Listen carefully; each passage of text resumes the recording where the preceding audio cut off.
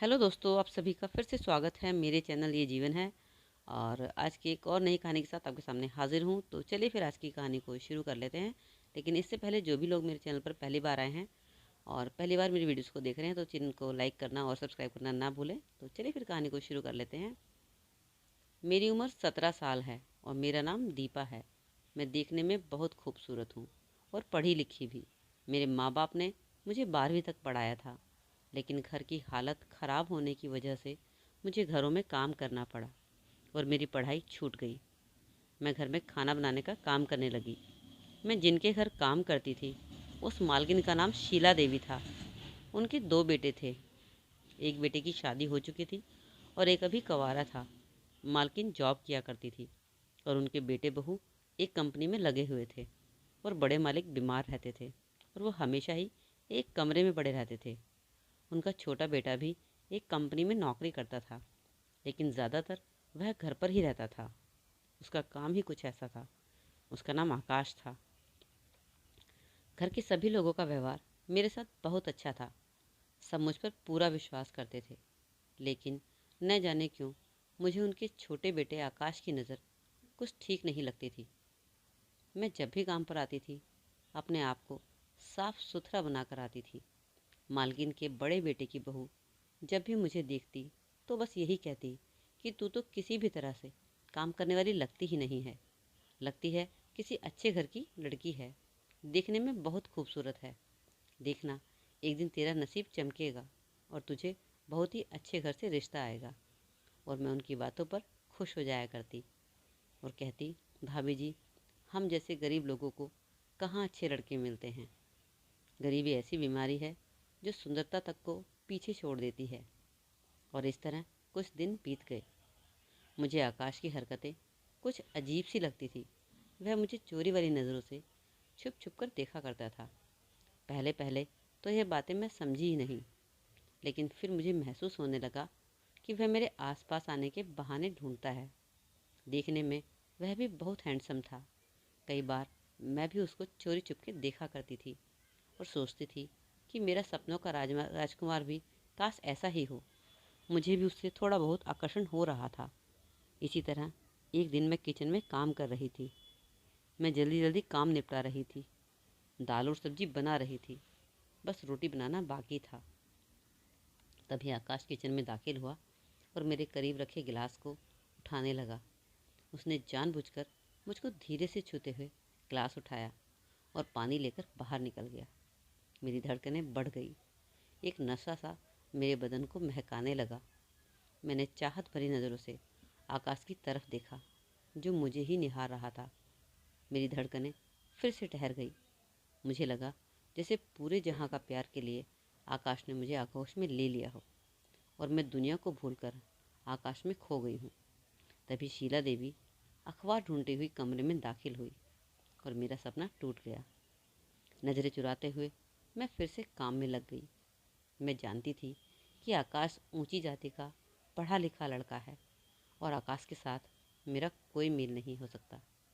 मगर कहते हैं ना कि प्यार ऐसा नशा है जो अच्छे अच्छे की बुद्धि पर ताला लगा देता है। प्यार के एहसास में डूबा व्यक्ति सही गलत, ऊंच नीच, अच्छा बुरा कुछ नहीं समझता। उसे तो बस किसी एक शख्स का ख्याल ही हर पल रहने लगता है। और यही हो रहा था मेरे साथ भी।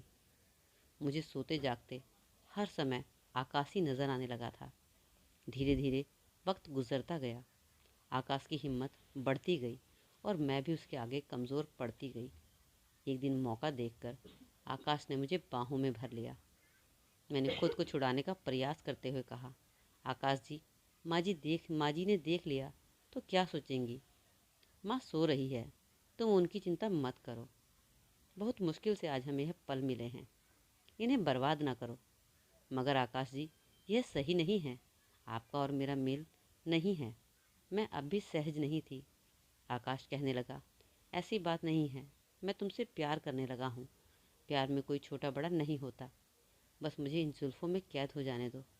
दो गुलाब की पंखुड़ी जैसे इन होठों को एक दफ़ा छू लेने दो। आकाश किसी भी तरह मुझको पाना चाहता था। मैं अंदर से बहुत डरी हुई थी, मगर आकाश का प्यार मुझे उसकी तरफ खींच रहा था। आखिर मैंने भी हथियार डाल दिए। मैं एक प्रेयसी की भांति आकाश के सीने से लग गई। हम दोनों एक दूसरे के आलिंगन Received में Paytm बंधी payment शादी की of हरवाई में डूबते रहे। 70 rupees. जब होश आया तो मेरी आंखें भर आई। मैं बोली, आप मेरा साथ दोगे ना? ज़माने की भीड़ में मुझे अकेला तो नहीं छोड़ दोगे? पागल हो क्या? प्यार करता हूँ, छोड़ कैसे दूंगा? कहकर उसने फिर से मुझको चूम लिया। मैं फिर से उसके सीने में दुबक गई। वक्त फिर से ठहर गया। अब तो ऐसा अक्सर होने लगा। आकाश प्यार का दावा करके मुझको करीब ले आता। हम दोनों ने ही प्यार के रास्ते पर बढ़ते हुए मर्यादाओं की सीमाएं तोड़ दी। मैं प्यार के सुहाने सपनों के साथ सुंदर घर संसार के सपने भी देखने लगी थी। मगर एक दिन मैं यह देखकर बहुत चक्की रह गई कि आकाश के रिश्ते की बात करने के लिए एक परिवार आया हुआ है। माँ बाप के साथ एक मॉडर्न और स्टाइलिश लड़की भी बैठी हुई थी। शीला देवी ने मुझे कुछ खास खाना बनाने की गुजारिश की थी, तो मैंने सीधा उनसे पूछ लिया कि यह कौन लोग हैं माँ जी? यह अपने आकाश को देखने आए हैं। इस लड़की से आकाश की शादी की बात चल रही है। सुंदर है ना लड़की? शीला देवी ने पूछा तो मैंने हाँ में सर हिला दिया। मेरे दिलो दिमाग में तो एक भूचाल सा आ गया था। उस दिन घर जाकर मेरी आंखों के आगे उस लड़की का चेहरा नाच रहा था। आंखों आंखों से नींद कोसों दूर थी। अगले दिन जब मैं आकाश के घर खाना बनाने गई तो सबसे पहला मौका देखकर मैंने आकाश से बात की। यह सब क्या है आकाश? आपकी शादी की बात चल रही है। आपने अपने घर वालों को हमारे प्यार की बात नहीं बताई? नहीं दीपा, हमारे प्यार की बात मैं उन्हें नहीं बता सकता। मगर क्यों? क्योंकि हमारा प्यार समाज स्वीकार नहीं करेगा। मेरे माँ बाप कभी नहीं मानेंगे कि मैं एक नीच जाति की लड़की से शादी करूं। आकाश ने बड़ी ही बेशर्मी से कहा। तो मैंने कहा, फिर प्यार क्यों किया? आपने शादी नहीं करनी थी तो मुझे सपने क्यों दिखाए थे? देखो दीपा, समझने का प्रयास करो। प्यार हम दोनों ने किया है। प्यार के लिए केवल हम दोनों की रजामंदी चाहिए थी। मगर शादी एक सामाजिक रिश्ता है। शादी के लिए समाज की अनुभूति भी चाहिए। शादी तो मुझे अपने घर वालों के कहने के अनुसार ही करनी होगी।